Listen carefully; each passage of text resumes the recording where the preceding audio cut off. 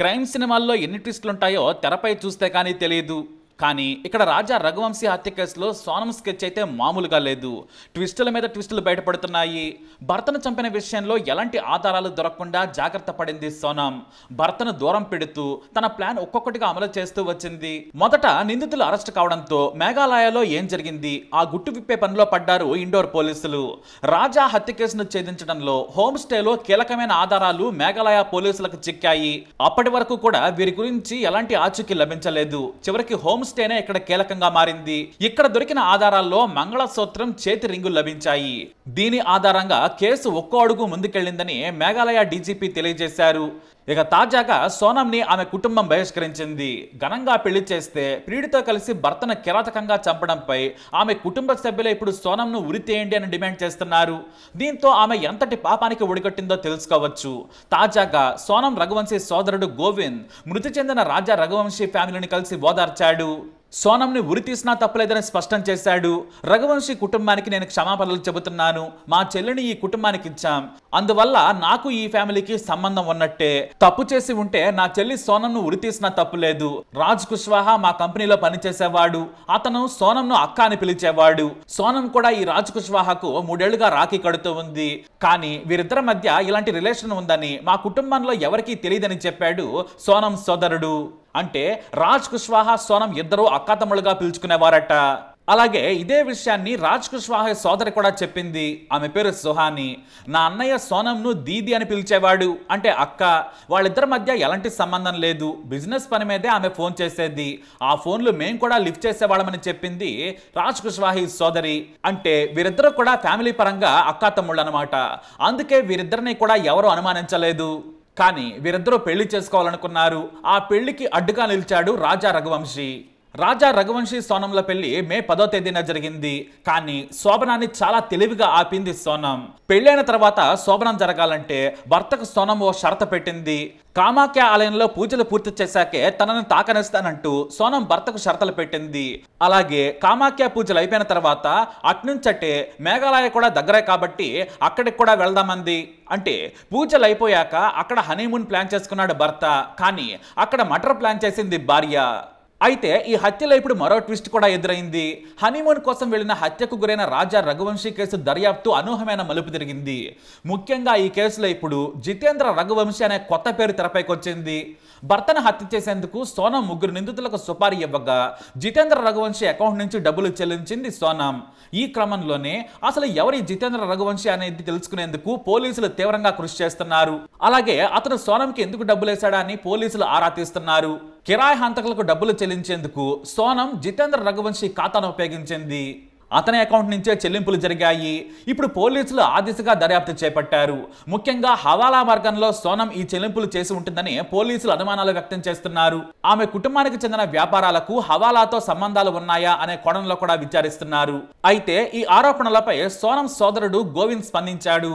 వీటిని తోసిపుచ్చుతూ జితేంద్ర రఘువంశీ తన బంధువే అని చెప్పారు. హవాలాతో తమకు ఎలాంటి సంబంధాలు లేవని, ఇలాంటి తప్పుడు వార్తలు ప్రచారం చేయొద్దని కోరాడు. జితేంద్ర తనకు కజిన్ అవుతాడని, తమ కుటుంబ వ్యాపారంలో జూనియర్ ఉద్యోగిగా పనిచేస్తున్నాడని చెప్పారు ఆయన.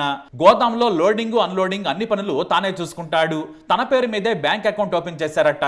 వ్యాపారంలో రోజువారీ ఖర్చుల నిమిత్తం తాము ఆ ఖాతా నుంచే డబ్బులు చెల్లిస్తామని గోవింద్ తెలియజేశాడు.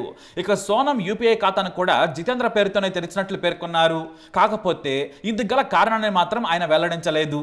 అయితే సోనం సోదరుడు ఇలా క్లారిటీ ఇచ్చినా కూడా పోలీసులు తమ దర్యాప్తు మాత్రం ఏమాత్రం ఆపటం లేదు. ఇప్పటికే సీన్ రీకన్స్ట్రక్షన్ చేశారు పోలీసులు. ఈ కేసులో నిందితులందరినీ పోలీస్ కస్టడీకి అప్పగించాలని సిట్ బృందం న్యాయస్థానాన్ని కోరింది. ఆ తర్వాత హత్య జరిగిన తీరును తెలుసుకునేందుకు సోహరాలోని ఘటనా స్థలంలో సీన్ రీకన్స్ట్రక్షన్ చేశారు పోలీసులు. ఈ దర్యాప్తుకు మేఘాలయ పోలీసులు ఆపరేషన్ హనీమూన్ అని కోడ్ నేమ్ పెట్టారు. అయితే ఇదిలా ఉంటే తాజాగా రాజా రఘువంశీ తల్లి తమ కుమారుడి మృతిపై సంచలన వ్యాఖ్యలు చేశారు. సోనం తమ కుమారుడిని నరబలిచ్చిందని విమర్శలు చేసింది. సోనంకు జాతక దోషం ఉందని, అందుకే తమ కుమారుడు కుమారుడు రాజా రఘువంశీని నరబలిచ్చిందని చెప్పింది. తమ కుమారుడిని చేతబడి చేసి కిరాతకంగా బలిచ్చారని ఆమె ఆవేదన వ్యక్తం చేసింది. ఇందుకు సంబంధించిన వీడియో కూడా వైరల్ అవుతోంది. సోనంకి జాతక దోషం ఉందట, అందువల్లే తన కుమారుడిని బలివ్వాలని ప్లాన్ చేశారట. జాతక దోషం పోతే తన బాయ్ ఫ్రెండ్ రాజ్ కుష్వాహాని పెళ్లి చేసుకోవాలనుకుందట సోనం. అందుకే తన కొడుకుని నరబలిచ్చారని చెబుతున్నారు. ఎందుకంటే కామాఖ్య ఆలయానికి వెళ్లే ముందు తమ కుమారుడి మెడలో ఏదో ఓ నెక్లెస్ వేసిందట. తమ కుమారుడిని వశీకరణం చేసి లొంగ తీసుకుందని, చేతబడి చేస్తుందని ఆరోపిస్తున్నారు రాజా రఘువంశీ తల్లి. ఏదేమైనా ఈ మేఘాలయ హనీమూన్ కేసులో రకరకాల ట్విస్టులు బయటకొస్తున్నాయి. సోనం రాజ్ కుష్వాహాలు అక్కా తమ్ముళ్ళని చెబుతున్నారు. అంటే దాని అర్థం సోనం లవర్ రాజ్ కుష్వాహా కాదా? సోనం కేవలం తన బంటుగా వాడుకుని మరో వ్యక్తి కోసం ఇదంతా చేసిందా అనే అనుమానాలు కూడా వ్యక్తమవుతున్నాయి. ప్రస్తుతానికైతే ఈ కేసులో అసలు సూత్రధారి సోనం. తనతో ఎలాంటి రిలేషన్ లేదని కుటుంబ సభ్యులు బలంగా చెబుతున్నారు. అయితే అసలు రాజ్ కుష్వాహా సోనంకి ప్రియుడు కాదా?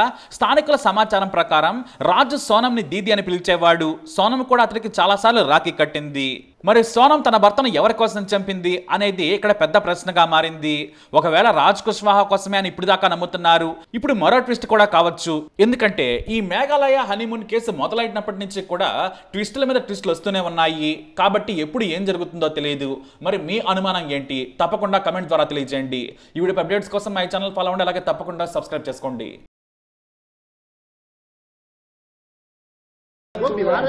आपकी क्या बात हुई गोविंद से? माता जी आपके पास वो आए, भावुक थे, रो रहे थे, आपसे माफी मांगी उन्होंने? गोविंद भैया से मैंने पूछा कि तुम सोनम से मिले थे कि नहीं मिले थे, पहले तो मेरे को ये बताओ। तो उन्होंने बोला कि मम्मी मैं सोनम से मिला था 3 मिनट के लिए।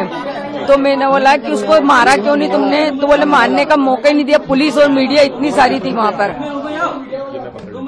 क्या बात हुई आपकी? यही बोला कि सोनम को फांसी दिलवाई जाए, गोविंद भैया ने बोल के गए। आप गोविंद को माफ कर रहे हैं? आप उनको लगता है वो राजा के लिए दुखी थे, वो जी राजा के लिए दुखी थे, सोनम के लिए दुखी नहीं है वो। गोविंद की कोई गलती माता जी आपको?